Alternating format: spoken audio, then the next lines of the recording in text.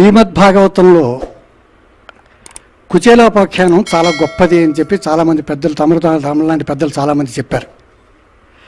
జగద్గురు అయిన శ్రీకృష్ణ పరమాత్మ ఒక పేద బ్రాహ్మణుని పాదపూజ చేసి తను గౌరవంగా ఇంటికి తీసుకొచ్చి కూర్చోపెట్టి తను ప్రవర్తించిన తీరు రుక్మిణీదేవికే కలవరాన్ని పుట్టించేసింది అని చెప్పి మనం విన్నాం.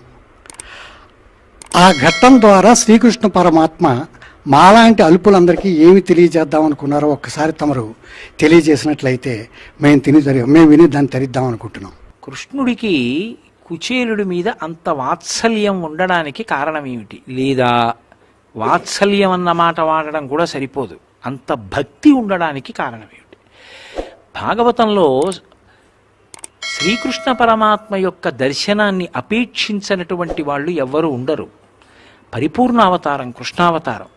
అటువంటి కృష్ణుడి యొక్క పాదములు పట్టుకున్న వాళ్ళు, కృష్ణానుగ్రహాన్ని కోరుకున్న వాళ్లే తప్ప కృష్ణుడే వచ్చి ఒక పేద బ్రాహ్మణుడి పాదాలు పట్టుకుని ఆ పాదాలు కడిగి ఆయనకి నమస్కరించి ఆ పాదాలు కడిగిన నీళ్లు తాను తల మీద చల్లుకుని తన పట్టమహిషి రుక్మిణీదేవి యొక్క తల మీద చల్లడం అసాధారణమైనటువంటి ఘట్టం.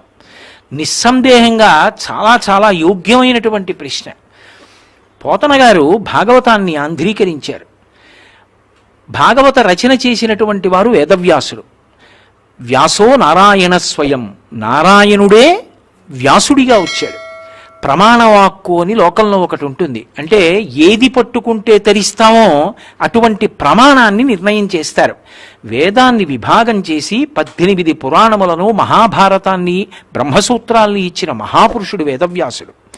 అందుకే వేదవ్యాసుడు చెప్పిన మాటలు చెప్పడానికే ఇష్టపడతారు గురువులందరూ. ఎందుకంటే అవి అటువంటి పరమ పవిత్రమైన గంగానది లాంటివి తప్ప అసలు వ్యాసుడు చెప్పని మాటలు చెప్పవలసిన అవసరం ఎవరికీ ఉండదు.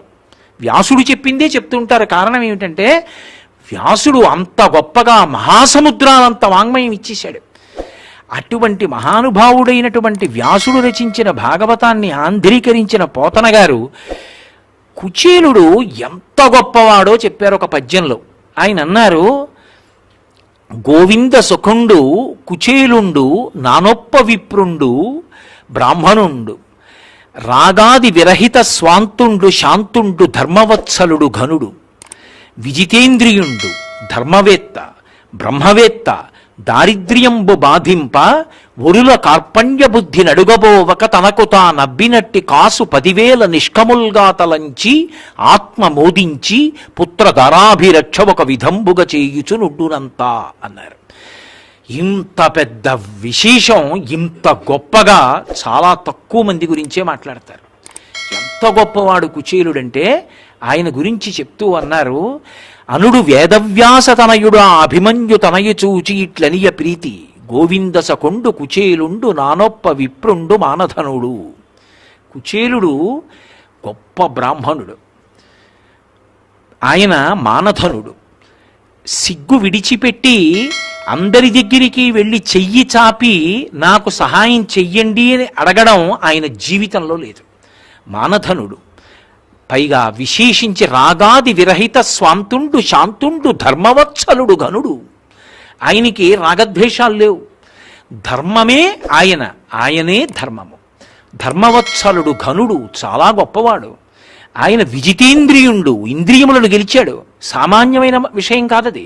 విజితేంద్రియుండు, బ్రహ్మవేత్త, బ్రహ్మజ్ఞాని, బ్రహ్మవేత్త. దారిద్ర్యంబు బాధింప, దారిద్ర్యం ఆయన్ని బాధించింది, కానీ ఆయనకి దారిద్ర్యము యొక్క స్పృహ లేదు. అంటే మనకనిపిస్తుంది కుచేలుడు దరిద్రుడని, కానీ ఆయనకి మాత్రం అసలు దరిద్రం ఉందన్న విషయం అసలు జ్ఞాపకంలో ఉండదు. ఎందుకు ఉండదు? యోగరతో వా భోగరతో వా సంగరతో వా సంగవిహీన యస్యద్బ్రహ్మణి రమతే చిత్తం నందతి నందతి నందత్యేవ. ఎప్పుడు పరబ్రహ్మముతో రమిస్తూ ఆనందపడిపోతూ ఉంటాడు. అటువంటి బ్రహ్మవేత్త, అటువంటి బ్రహ్మజ్ఞాని కుచేలుడు. అంతటి బ్రహ్మజ్ఞాని అయినటువంటి కుచేలుడికి తన ₹1 దొరికితే కాసు 10,000 నిష్కముల్గా తలంచి, అదే 10,000 రూపాయలు అంటాడు. నాకు ఇది లేదన్న భావన లేదు, నాకు ఈశ్వరుడు ఏమివ్వలేదంటాడు. అంత సంతోషంతో ఉంటాడు. ఇప్పుడు ఒక బ్రాహ్మణుడికి ఉండవలసినటువంటి మొట్టమొదటి లక్షణంగా వ్యాసుల వారు చెప్పింది ఏమిటంటే సంతోషో హి ద్విజన్మనాం. పరమ సంతోషంతో ఉండాలి. నాకేం లేదు, ఈశ్వరుడు నాకేమి ఇవ్వలేదన్న ఆనందం ఉండాలి. అది ఉన్నవాడు కుచేలుడు. అసలు ఆయన పేరేమిటి తెలుగు భాగవతంలో చెప్పలా. సుదాముడు అని ప్రతీతి. కుచేలుడు అన్న పేరు ఎందుకు వచ్చింది అంటే చేలము అంటే బట్ట, కుచేలము అంటే చిరిగిపోయినటువంటి బట్ట. కు అంటే పాడైపోయింది అని, పాడైపోయింది అంటే చిరిగిపోయిన బట్ట. చిరిగిపోయిన బట్ట కట్టకూడదు. వేదంలో నియమం ఉంది. కాలిన బట్ట కానీ చిరిగిపోయిన బట్ట కానీ కట్టుకుని ఉండకూడదు. అలక్ష్మి. మరి కుచేలుడు ఎందుకు కట్టుకుంటాడు అంటే అది ఆయన చిరిగిపోయిన బట్ట అన్న విషయం ఆయనకి జ్ఞాపకం ఉండదు అసలు. ఆయన ఆ బట్ట చూస్తాడు, అబ్బా పీతాంబరం అని కట్టుకుంటాడు. ఇది చిరిగిపోయిందిరా అన్న భావన ఆయనకు ఉండదు. బ్రహ్మవేత్తలను అర్థం చేసుకోవడం అంత తేలిక కాదండి. రమణ మహర్షి గోచి అంతా కన్నాలు పడిపోయింది. అప్పుడప్పుడు ఆ గోచి తడిపి ఆరేసేవారు.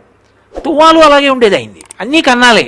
ఓసారి కొంతమంది ఐశ్వర్యవంతులు ఆయన అంతేవాసులు చూసి అన్నారు, అయ్యో అయ్యో అయ్యో అయ్యో అయ్యో ఇన్ని కన్నాలా, అందులో దారపోగుల కన్నా కన్నాలే ఉన్నాయి, చెప్తే 2 తువ్వాళ్ళు తేవండి అన్నారు. ఆయన అన్నారు, కన్నాలా, ఇంద్రుడు నా గోచి సహస్రాక్షుడు, ఎన్ని కన్నాలో చూడండి అన్నారు. తృప్తున్నవాడికి దరిద్రం ఏమిటి? ఆయన గోచి చిరిగిపోయింది. ఒకసారి చిరిగిపోతే ఆయన గురి ప్రదక్షిణం చేస్తూ ఆయనకేమీ శరీరభ్రాంతి లేదు. చుట్టూ ఉన్నవాళ్ళు అనేవారు, భగవన్ మీకు శరీర స్పృహ లేదు కానీ లోకం ఉందిగా, ఓ గోచి పెట్టుకోండి అన్నారు. అంటే పెట్టుకునేవారు ఆయన. అది చిరిగిపోతే నా గోచి చిరిగిపోయిందో తువ్వాలు పట్టండి అనలేదు ఆయన.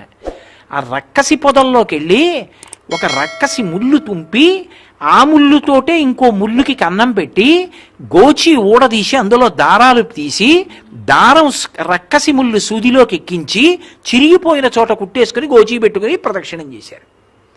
ఇది లేదన్నమాట బ్రహ్మవేత్తకు ఉండదు. అందుకే అటువంటి వారి పేరు స్మరిస్తే పుణ్యం. అటువంటి వారి పేరు తలవడం అంటే మాటలండి. అటువంటి వారిని తలుచుకుంటే చాలు పుణ్యం. కుచేలుడు అంటే శరీర భ్రాంతి లేనివాడు.